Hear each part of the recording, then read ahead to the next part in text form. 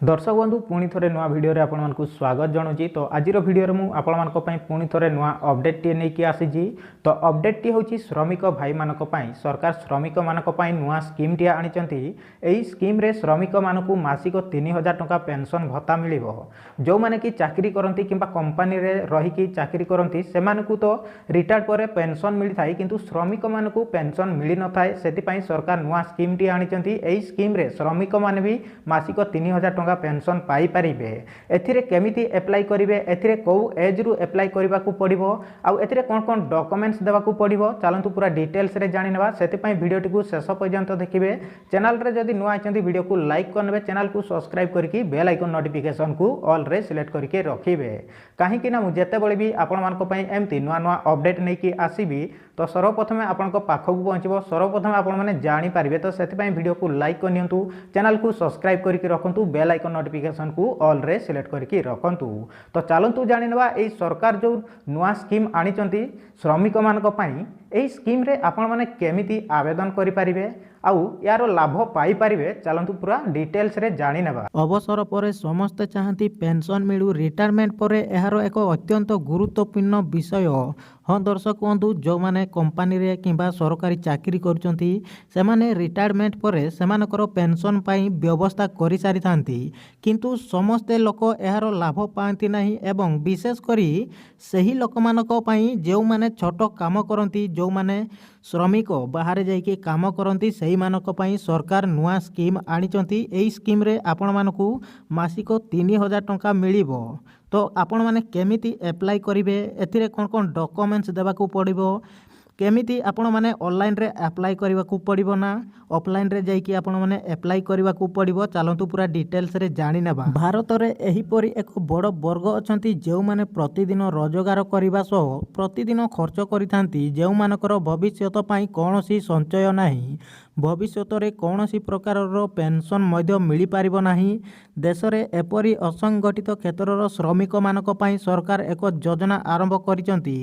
दर्शक बंधु, जो माने श्रमिक से माने डेली इनकम करती किंतु डेली खर्च करिथांती सेही मानक पई सरकार एही योजना आरंभ करिसंती। एही योजना अनुसायी एही समस्त कर्मचारी को पेंशन मिलिबो। किपरि एवं केते पेंशन मिलिबो एवं एथि पई किपरि आवेदन करिवे, आसंतु पूरा डिटेल्स रे जानि नेबा। एही योजना रे श्रमिक मानकू मिलिबो पेंशन। एही योजना कोन? एही योजना प्रधानमंत्री श्रमयोगी मानधन योजना।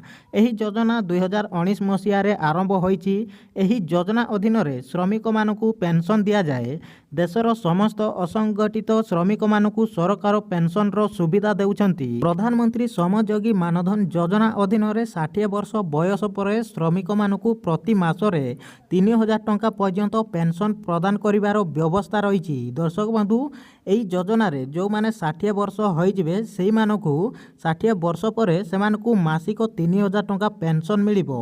एही योजना रे जदी आपण माने आवेदन करिथिबे, आपण माने 60 वर्ष पर आपण माने मासिक 3000 टंका पाई पारिबे। किपरि आवेदन करिवे जानतु। 18 वर्ष रु 40 वर्ष बयसर श्रमिक माने प्रधानमंत्री श्रमयोगी मानधन योजना रे लाभ उठाई पारिबे। एही योजना रे 20 वर्ष पाई निवेश आवश्यक। माने एही योजना रे जदि 18 वर्ष रु आवेदन करिवे, आपण माने अप्लाई करिवे एही योजना रे, तो आपण माने 18 वर्ष रु आपण माने एथिरे निवेश करबाकू पड़िबो, अर्थात डिपोजिट करबाकू पड़िबो। एही योजना रे 20 वर्ष पाई निवेश आवश्यक। माने 20 वर्ष आपण माने एही योजना रे टंका जमा करबाकू पड़िबो। तापरे 60 वर्ष बयस पर एथिरे पेंशन मिली थाए। जेते बेले आपणकर 60 वर्ष होई जिवो सेते बेले आपण मानकू मासिक 3000 टंका पेंशन मिलिबो।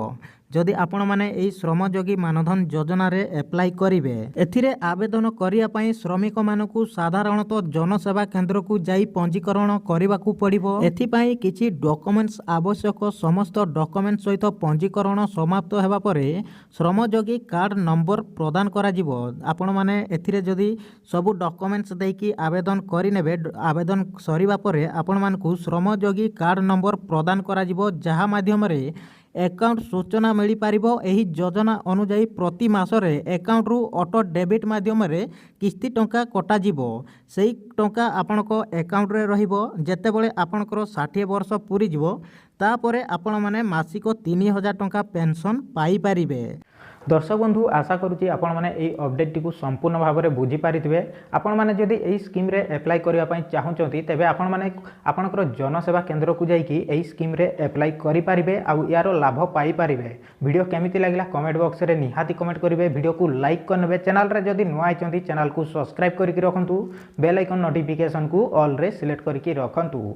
जेतेबेले भी मु आपण मानक पई एमती नुआ नुआ अपडेट नेकी आसीबी तो आपण माने सर्वप्रथमे जानि पारिबे। तो दर्शक बंधु आज एतिकी पुणी देखा नेक्स्ट वीडियो रे।